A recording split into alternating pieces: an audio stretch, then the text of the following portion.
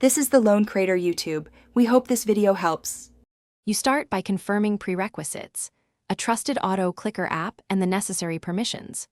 Open the app, then enable accessibility or overlay rights so simulated taps can register. Once done, create a new profile and pick single tap mode. Set an initial interval around 100 to 500 ms so you can test responsiveness. You should also select the target area by tapping or dragging the on-screen selector. This gets the app ready to execute.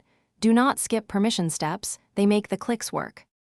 Now you move into detailed execution. Set up multi-point sequences if the task needs several taps in order. Record a macro or add taps manually, then fine-tune each tap's delay so interactions appear natural.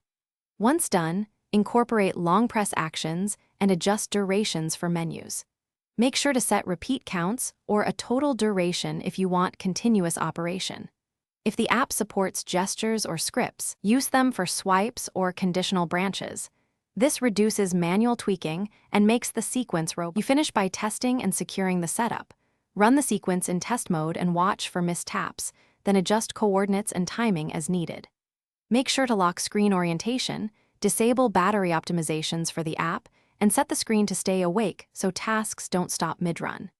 If the sequence still misfires, recalibrate touch input or re-grant accessibility and overlay permissions, sometimes revoking and re-enabling fixes quirks. One key tip: always test for at least 30 seconds before relying on automation. Thanks for watching. Consider subscribing if we helped you.